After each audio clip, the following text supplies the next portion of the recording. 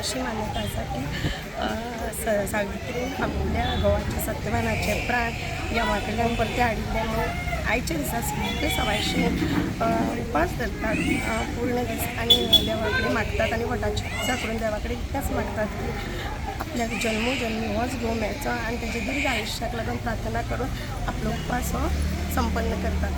So तुमकांय सगळ्यांक आयज वटसावित्रीच्या हार्दिक शुभेच्छा. नाव सांगता मातशें तुमचें? नाव सांगता मातशें? म्हजें नांव श्रेया नरेश आमोणकर आनी हांव मडगांव.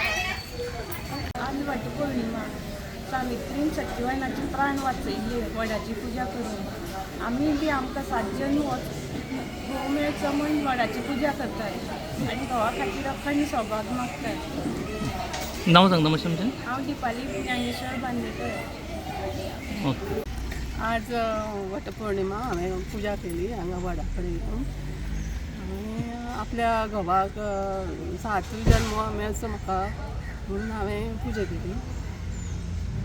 सावित्रीन आपल्या सत्यवाना खातीर पुजा केली ती ताजो प्राण परत येवचो अशें. त्या खातीर प्रत्येक सुवासिणी बायल पुजा करता वडा पौर्णिमेची वर्सा वर्स. सगळ्यांक हार्दिक शुभेच्छा. नाव सांगता तुमचें? अर्चना संतोष गुरव. Okay, thank you. तुम्ही पळयतात गोंयकारपण, गोंयकारांचो गोंयकारा खातीर.